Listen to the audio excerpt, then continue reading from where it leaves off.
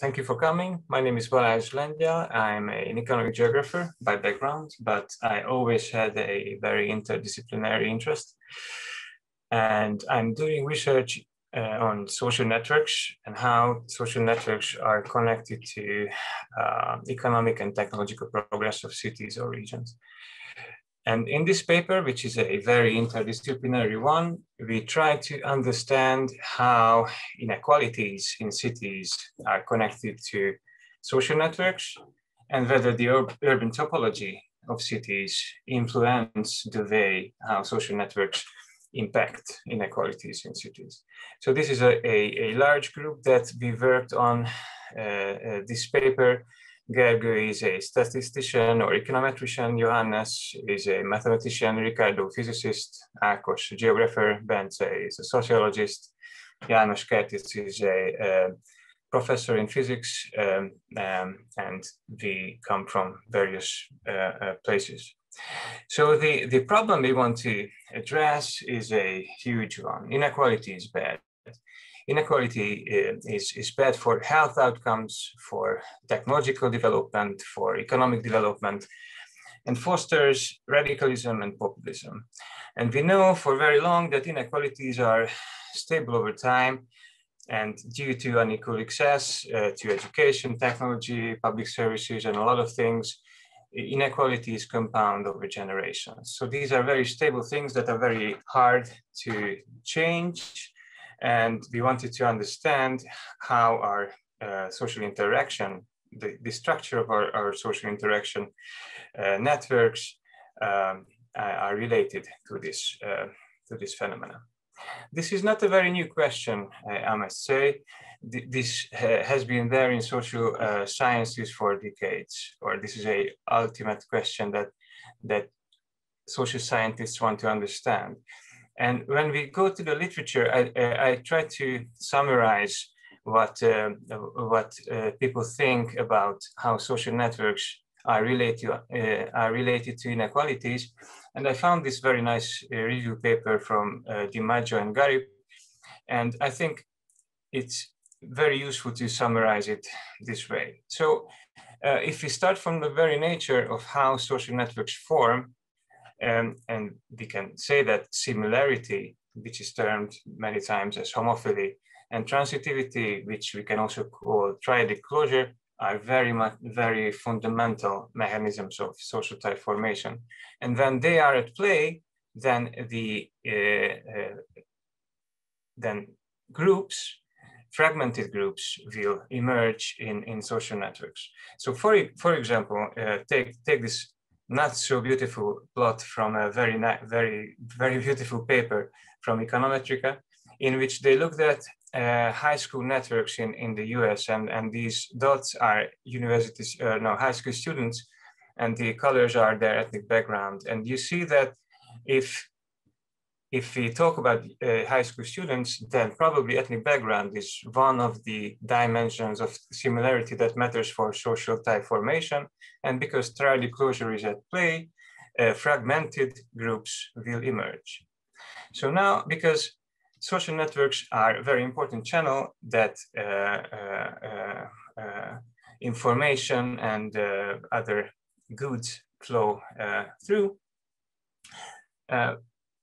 we might think that if someone is located in a social network like this, then she or he will have some benefits that comes from the neighbors in this social network. So think about a student who has a PlayStation 4, and then her or his neighbors will benefit most likely from this game, but others will not. So when we zoom a little bit out and think about cities, and then try to imagine that this type of segregation exists between rich and poor, then probably if a rich guy has a new business, then his or her neighbors will benefit from that new business, but the other group will not. So if in a city, the social network fragmentation is based on wealth, then due to mechanisms going on the social networks, will lead to unequal economic progress, which at the end comes back to this vicious circle, because then probably the differences or inequalities in terms of income will increase in this network, which then will be reflected by similarity and transitivity and in the whole evolution of the network. So we know that for long, and we wanted to show this, this kind of mechanism empirically and connect this to the geographical dimensions, because we also know that another factor that is very important for inequalities is geography, because home location describes a lot in how individuals can progress in life. And we talk a lot about inequalities in economic geography across regions or countries, but there's a lot of segregation and inequalities on smaller scales in cities across neighborhoods. So we wanted to understand this, and just very, very quickly, another example coming back to the US high school story. Just imagine a guy who lives in this part of Detroit, and you can imagine that perhaps schools are better at this part of Detroit. So probably a guy from here will not have access to a very good school in the south of Detroit. All right. So we wanted to make these connections, you know, like how are social networks connected to segregation in cities and inequality dynamics, because there is not much on this. We know a lot of people has published a lot of papers on the geographical embeddedness of social networks. So take this example on the left. We must collocate in order to establish new friendship. Here, this paper shows that very nicely. If people like the extent that people are collocated in cities, like if this is growing, then the probability that they will call each other later is also growing. But there is not much on how this is connected to socioeconomic outcomes. There is this famous paper from Science 2010, in which we can find some traces of the story, but in this one, which is a very nice one, the authors talk about the relation between socioeconomic status and the place or the position of individuals in huge networks. So when we try to make this story, of course, it would be very nice to go and analyze phone calls that the other side, like the other papers on the previous slide, did.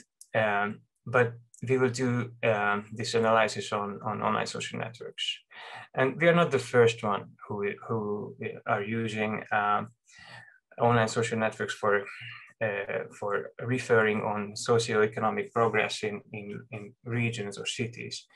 But the other papers that precede us are looking at progress in general, so average income. This one, which is out in Journal of Economic Perspectives, uses Facebook data and looks at the relation of Facebook networks with average income in US counties. The other one, which is out in Social Networks, uses a Dutch social network and again looks at average income, the relation of average income with some network measures like density, fragmentation, which is something that we're going to use as well, diversity, distance, etc. So these are very nice papers, but what we try to contribute to this literature is it average income that describes everyone in a city or a region, or shall we look at the distribution of income in a city or region to better understand how social networks contribute to progress? So we try to do the later one and try to understand how the spatial dimension of cities are related to social network fragmentation and how these are related to inequalities in cities. Okay. Data. So we are in a very lucky situation in Hungary that we have this pre-Facebook online social network that we have access to. I mean, we have the data from this online social network. This is already dead. So international who is who, if is shut down already. But we were in a very, very lucky situation that before the owners decided to shut down the service, we had the opportunity to collect openly available data from all the profiles that were on the website. So we know we see 2.7 million individuals in 2,500 towns, their collection of friends. We know where these people are, so we know this on the town level. We know the birthday, the gender, date of registration, and last login, which are very nice information if one wants to understand how this online social network diffused across space, for example. Of course, we know friends, we know who invited individuals to register on the website, etc., etc. So one thing, so the most important information we will use is ID of friends, so the friendship network, and the location. And location is self-reported, so it's not a GPS-based geolocated thing, you must imagine, but everyone who registered a profile on this website must have chosen a town from a list. Okay, so probably this is a little bit problematic because I could have chosen Kuala Lumpur for my location. Nobody checked it, but we did some research. We have some papers on this data, and all the time we look at the geographical dimension of it, we find very nice things. So, for example, this is of course the aggregate network. We aggregated that to town level, and when we try to find communities on this aggregated network, no surprise, we found that the administrative borders are there. So these are counties that fragment the network into communities without, so that this is an exception here in the center of the country, but then for those of you who are not very familiar with the Hungarian geography, so this line is the line of Danube. So the river here plays a very important role in how the network is fragmented into communities. If you look at these two maps here, this is a mountain. This is the biggest lake in the country. So you can see that people know each other on one side of such a geographical barrier, but they do not really know the others living on the other side of this geographical barrier, which is true for both type of these geographical barriers. So these are very nice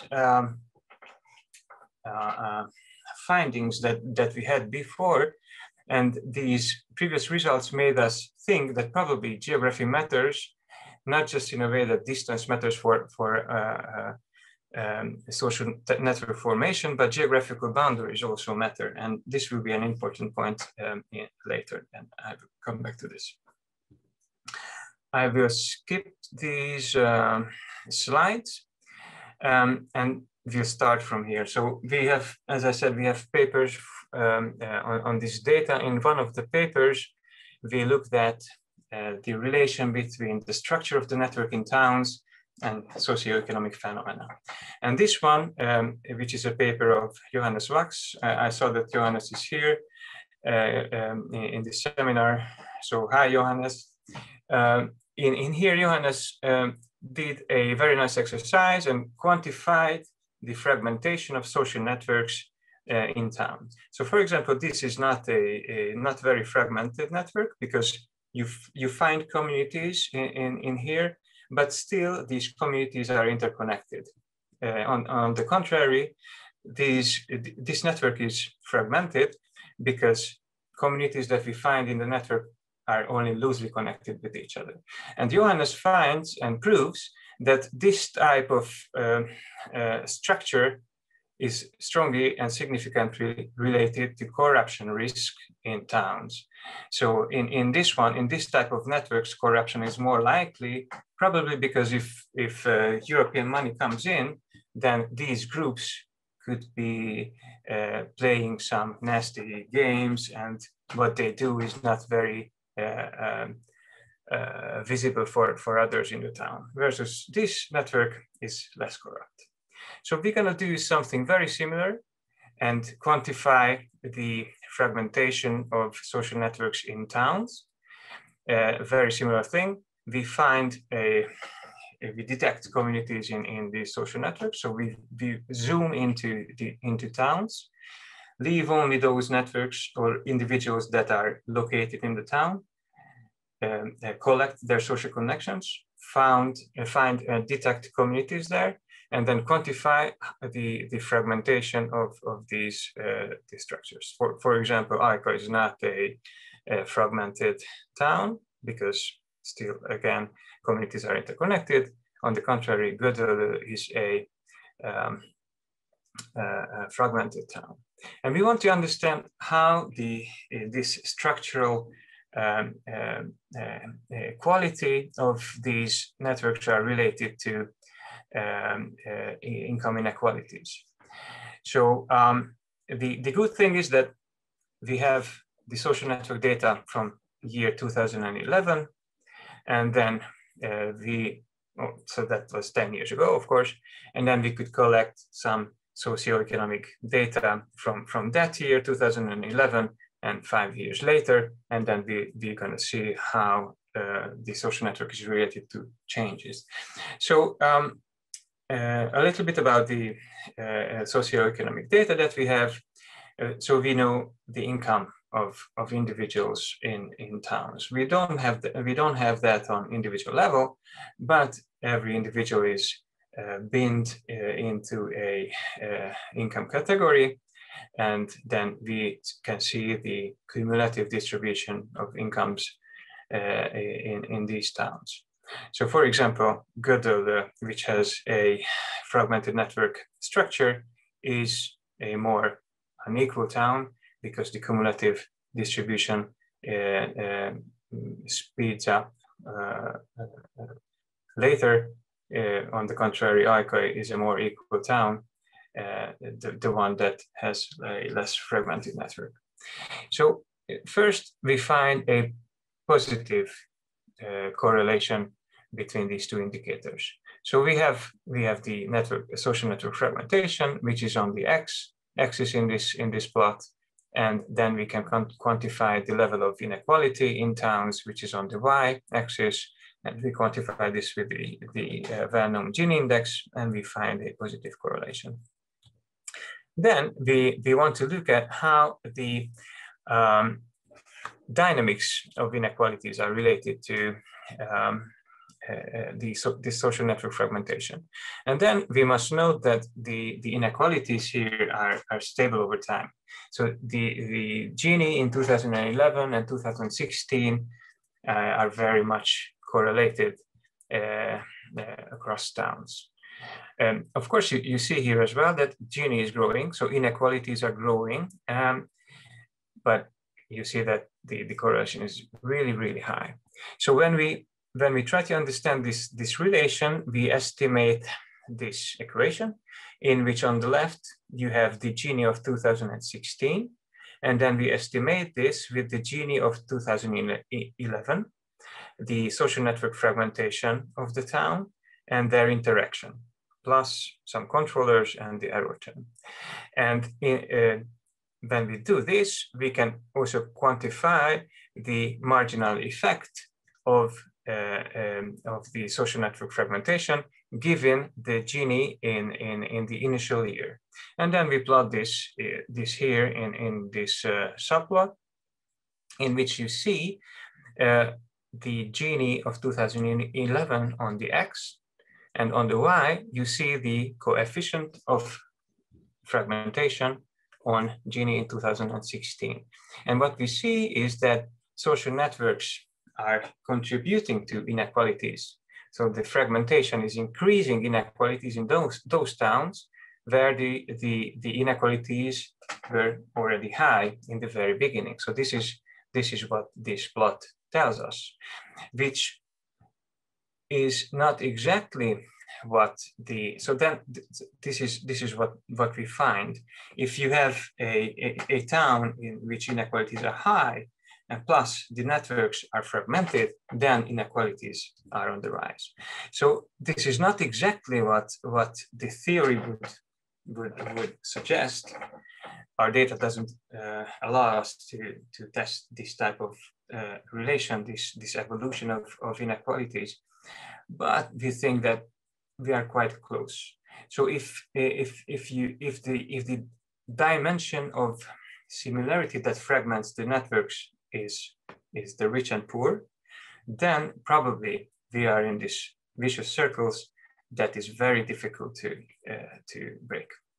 Okay, so this is the first part of the paper, and in the second part of the paper we try to understand what might drive the fragmentation of social networks. So is it urban topology that is important, or is it something else?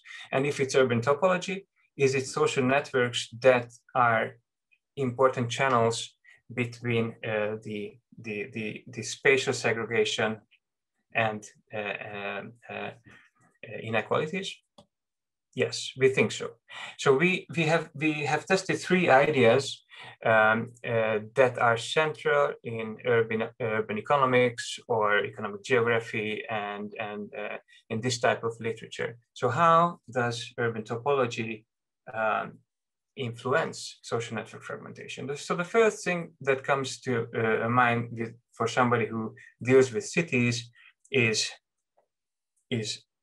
this very old idea of von Thunen and Alonso, urban economists, who said that all the interaction happen in city centers, right? You have to go to the city center to meet someone. So this is like the original idea of urban economics.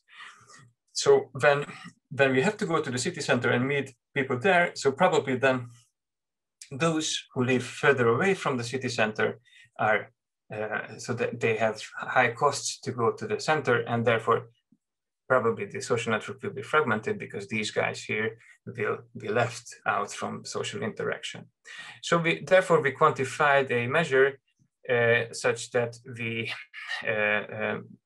left random points on home polygons and measured identified the center of gravity in these towns, and then they measured the average distance from the center of gravity. And because town size is very influential for such a measure, we scaled this down with town size. So when we scale this down, so I want you, because this is critical and probably this is not our best indicator. So when we scale this indicator down with size, then what remains for a measure for this variation is this spatial segregation. You see that this town Esztergom has two fragments, this part and this part, and therefore the center of gravity is not a real center. So if you want to know that the center would be somewhere here, but then this indicator will measure the segregation and the role of distance in this segregation. So still, if we have these type of towns, then we could expect that the fragmentation is higher here than here. Okay, the other index is spatial concentration of amenities. Of course, not all of the interaction happens in city centers. People meet in other places. So then perhaps the distribution where people can meet influence social networks. And in the literature, we did not really find a clear idea whether a concentrated amenity space or concentrated amenities in the town, or a more diffused distribution of amenities influence social segregation.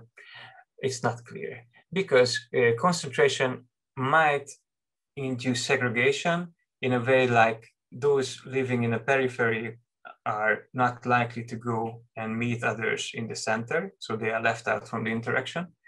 However, if amenities are distributed equally in the town, then this might also come with fragmented networks, because then you don't have to go to other locations in the city. You have the cafe and the pub on the next corner, and then this might induce fragmentation. So what we did is that we quantified this measure with an entropy index and simply correlated it with the social network fragmentation index. And we found that the more concentrated these amenities are in cities, the higher fragmentation of the social network. And then we simply use this empirical finding to go further in the exercise, and then multiplied the entropy with -1. Okay, good. The third idea we had, and I think this is the most interesting one, and the credits go to Johannes. It was his idea to introduce in the paper, and I think this is the strongest indicator. And this talks about physical barriers. So remember, we observe that physical barriers on the country scale influence social ties, be it administrative barriers, be it a river, a mountain, or a big lake. We see that social networks hardly go through these barriers. So probably if we zoom into towns and try to understand whether a physical barrier such as a railroad here, or a main road, or even a river fragments the area of the town. So is this related to social network fragmentation? We think so, because probably individuals are having difficulties to go from one part to the other part of the town, and this might have an imprint on social fragmentation as well. Of course, it's not only urban topology that might matter for social network fragmentation, but there are a lot of other dimensions that we checked. We checked whether inequalities in education are related to fragmentation, whether political differences or political views, whether the religious dimension or ethnic dimension has a relation to social network fragmentation. And we checked this in a machine learning framework. And very interestingly, what came out that our urban indicators are much better predictors of social network fragmentation than any of the other dimensions. So when we come to the end of this story, then we are kind of confident that what we do here is a strong finding. And here we do a estimation, which is called in economics an IV estimation. We did not find a better word for that. This technique is frequently used to argue for causality, right? So when you use a IV to estimate a variable, and then you claim that this is external variation that you introduce into the model, and then this will enable you to argue for causality. Here we are in a difficult situation. Our data doesn't allow us to argue for causality. So what we can infer on is relation between these variables, but we do all the checks and all the tests that these IV estimation framework allow us to do, and see whether the relation is significant, and kind of allow us to think that there might be some causality there, but we cannot say that these things are causal. So what we do is that we estimate social network fragmentation with the urban topology indicators plus controllers, and in all these estimations, we found a significant relation. So if the distance in the town is high, then social networks are fragmented. If the amenities are concentrated in space in the town, then again, social networks are fragmented. And if there are spatial barriers, physical barriers in the town such that they divide the home locations, then we again see fragmented social networks. Okay.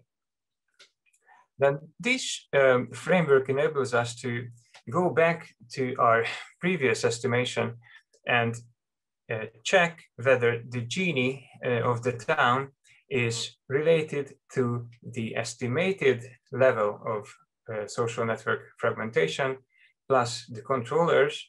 And this kind of enables us to infer on the role of social network in channeling in the effect of urban topology into inequalities.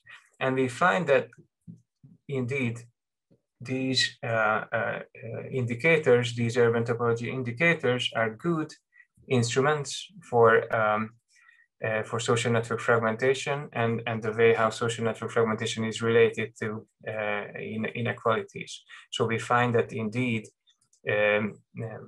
these indicators,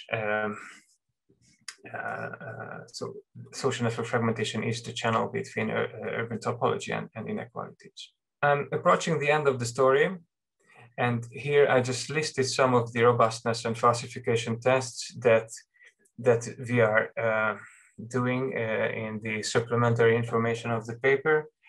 So we did a lot of checks. We restricted the sample to large towns. We checked, of course, the correlation between urban topology indicators with inequality. And then we did the falsification tests that are there for similar papers, previous papers that looked at similar urban topology indicators. And our final finding is that this spatial or physical barriers indicator is robust against all these checks. So although the average distance and spatial concentration fails in some of these tests, the physical barriers is indeed a good instrument for fragmentation. And I think this is our strongest claim. If there is a physical barrier in a town, then probably it fragments social networks and then has this type of urban topology characteristic has an influence on inequalities. I think that was it. Let me conclude. So in this paper, we provide new empirical evidence from a large online social network on the phenomena that are hardly analyzed. So on the relation between fragmentation of social network structure and in income inequalities in cities. And we find a relation that is dynamic. So if inequalities are high in a town and social networks are fragmented, then inequalities will most likely rise. We also find that social networks are not, of course, not random, but the physical arrangement of cities, residential areas, which are the locations of social interaction, are closely related to this type of fragmentation. And we think that this type of story provides us some nice insights in how urban planning might think about the role of social networks. And probably we should think about how a better urban planning could reduce this type of fragmentation. But of course, some of these indicators would demand a very costly interventions. Okay, so that was it. Thank you very much for your attention. If you're interested in the paper, it's out. Yeah, and I'm looking for questions. Thank you, Balázs. Thank you. We started to get a few questions, but I'm going to start with some questions of my own. Okay. So, of course, this is a story about like the wrong side of the tracks, that type of phenomena, in which, you have people that are in different parts of cities. They have different futures, even though in principle, they don't live that far from each other, but there are some barriers in between. Now, when I look at your story and I look at the image and the work that you showed from Detroit before, I do see like one interesting difference, which I don't know if you were able to look into. So in the case of Detroit, you see that there's a strong spatial segregation by race, more similar to like a Schelling type model, but it's not necessarily like a physical barrier, the one that is causing that. There is kind of like some some sorting and so forth. So you could have a city that is very segregated spatially. Let's say you have a clump of people here and a clump of people there, but in each one of these groups, they're well mixed, and there's people of different incomes and of different races and of different ethnicities and of different age groups. But you will have a city that also is two clumps, but one clump is very rich and the other clump is very poor, and there's no mixture. So the physical segregation and the social segregation, could potentially go in different directions. You could have physical segregation with well mixed socially, or physical segregation that is enhancing some social and economic segregation. Were you able to kind of like look a little bit at that, whether like those cities that were more segregated, physically in space, were also more segregated in terms of the characteristics of the people in these different clusters and groups, and whether that contributes, to inequality more than when each one of these different separated groups are well mixed? Well, that's a fantastic point. Thanks, Cesar. We didn't do that, and we were not after this exactly, but we tried to do something very similar with Twitter data in US metropolitan areas, in which we can geolocate individuals much better than in our IFIF data set. So we can also see we can geolocate the individuals and their social connections, so we can analyze geolocated social networks and then see individual characteristics by their census tracts. So I think this is something that resonates very well with our plans. And now we do a bunch of projects. We try to understand how commute, because we also see where individuals live and where they work. So we try to understand how commuting is related to social networks and the sortativity of social networks. We can see whether poor or rich are more, so the social networks of poor or rich are more clustered around home location, these type of questions. But what you suggested is really, really interesting. We have a third project on Twitter and just try to kind of dig into these type of questions that you just raised. So thank you. Thank you. Thank you, Gabriel. Carlos Rodriguez joining us. Hello. Yes, hello. Hello. Thank you so much for the opportunity. Great presentation. Very quickly, I was wondering if you were able to find such an important effect, talking about the constraints, from the topological realm in cities, then what could be the impact of having really good quality of transportation systems, in terms of reducing inequality and probably boosting economic growth? Thank you. So thank you for the question. So one of our main points in this paper is that fostering mobility and mixing potential of individuals in a city might have a long-term effect on inequalities, because if transportation or public transportation in general is good in a city, then people can meet.